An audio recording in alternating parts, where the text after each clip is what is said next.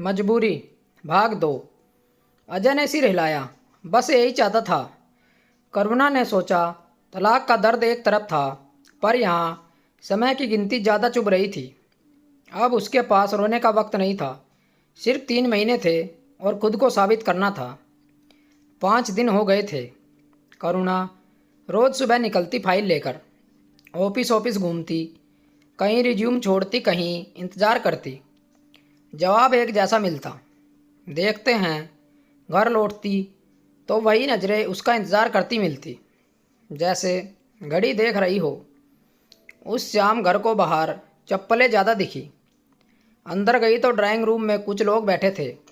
मिठाई की प्लेट, पानी का गिलास। निशा साड़ी बदलकर बैठी थी। करुणा समझ गई, रिश्ता आया है। माँ उसे देखते ही घबरा गई। बोली, तू अंदर चली जा। क्यों? करुणा ने पूछा। अजय पास आया, धीमे पर सख्त आवाज़ में बोला, मेहमान आए हैं, तू अभी अपने कमरे में रह। मेरे होने से क्या होगा? करुणा ने सीधा देखा। बात मत बढ़ा, लड़के वाले हैं, सवाल करेंगे। करुणा के चेहरे पर सीधी रेखा खिंच गई। तो जवाब दे देना, बहन है, तलाक हो गया है, यहीं रह रही है। अजय का चेहरा चन गया। हर बात ऐसे नहीं बोलते, सब चीज़ें बतानी ज़रूरी नहीं होती। मेरी ज़िंदगी छुपानी ज़रूरी है? करुणा ने बिना आवाज़ ऊंची किए कहा। निशा बीच में आई। दीदी प्लीज़ माहौल ख़राब मत करो। एक बार रिश्ता तय हो जाए, फिर आराम से बैठकर बात करेंगे। करुणा ने पूछा, मतलब? अभी मैं बोझ हूँ, बाद में बहन बन जाऊंगी। अजय ने दांत भींचकर कहा। करुणा, अंदर जाओ। पहली बार उसने उस लहजे में सुना जिसमें भाई कम, घर का मालिक ज़्यादा था। करुणा मुड़ी और छोटे कमरे में चली गई। दरवाज़ा बंद नहीं किया, बस अध खुला छोड़ दिया। बाहर से हंसी की आवाज़ें आ रही थी। कुछ देर बाद उसने साफ सुना, लड़की की माँ पूछ रही थी, कोई भाई बहन? अजय की आवाज़ आई, नहीं, बस हम दोनों ही हैं। करुणा के हाथ अपने आप कस गए। उसने दरवाज़ा थोड़ा और खोला। लड़के की माँ फिर बोली, आजकल तो लड़कियों की बहनें साथ रहती हैं तो दिक्कत हो जाती है, पर छोटा पड़ जाता है। अजय ने हल्की हंसी में कहा, नहीं, ऐसी कोई बात नहीं है हमारे यहाँ। बस इतना सुनना काफ़ी था। करुणा बाहर आई। सबकी नज़र उस पर टिक गई। कुछ सेकंड के लिए पूरा कमरा चुप। अजय खड़ा हो गया। तू अंदर क्यों आई? करुणा ने सीधा लड़के वालों की तरफ देखा।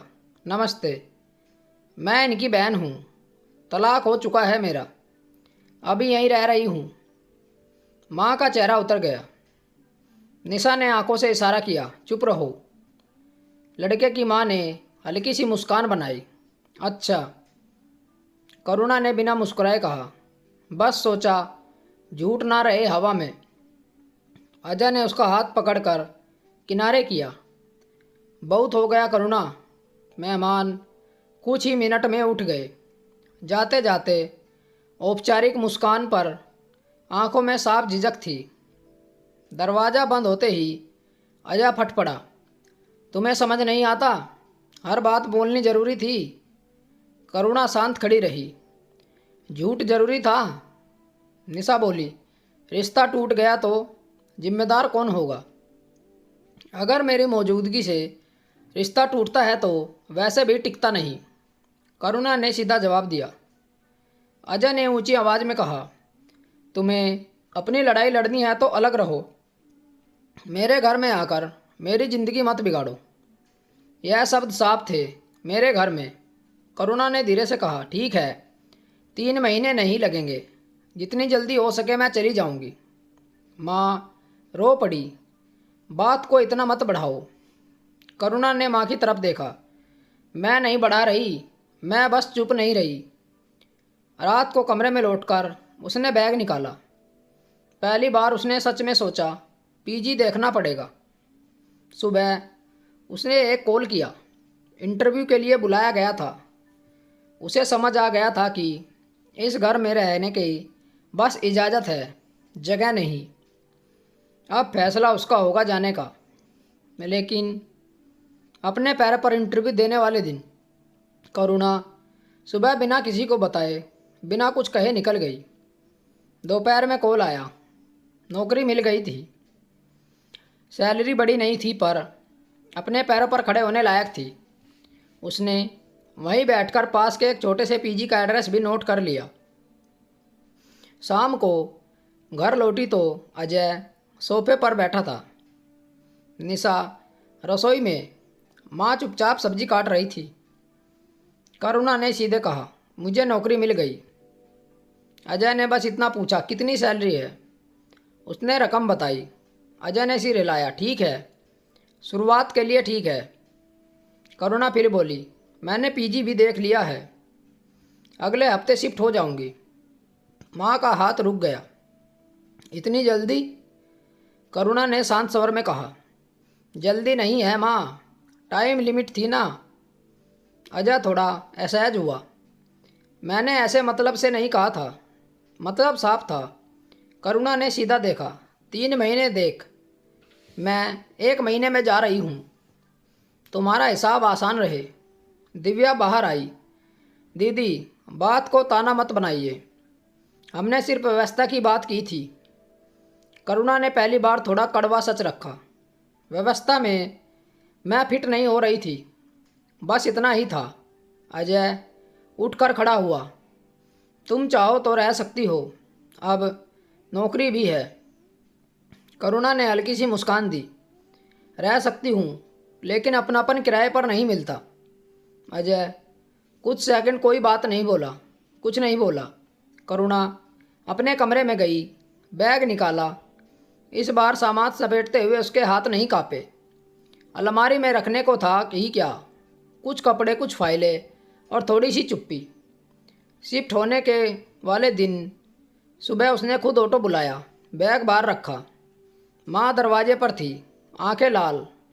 माँ ने धीमे से पूछा, बुरा मान गई क्या?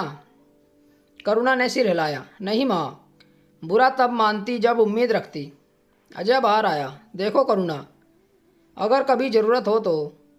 करुणा ने बीच में ही काटा, ज़रूरत होगी तो खुद संभाल लूँगी। अब कोशिश करूँगी कि किसी को जवाब ना देना पड़े। कब तक रहोगी? अजय चुप। दिव्या बस देखती रही। करुणा ने आखिरी बार घर को देखा। यही घर था जहाँ वह पली थी। फिर भी वह यहाँ रहने की मियाद तय की गई थी। ऑटो में बैठते हुए उसने साफ कहा, मैं जा रही हूँ, भागकर नहीं, अपने दम पर। ऑटो चल पड़ा। पीछे घर छोटा होता गया। उसने फ़ोन निकाला। इस बार आंखों में पानी नहीं था, बस एक सीधा सच था, जगह मांगने से नहीं मिलती, बनानी पड़ती है। दोस्तों, कहानी आपको अच्छी लगी हो तो वीडियो को लाइक करें और चैनल को सब्सक्राइब जरूर करें। मिलते हैं आपसे ऐसी ही और एक अच्छी कहानी के साथ। कहानी सुनने के लिए आप लोगों का धन्यवाद। राम राम दोस्तों।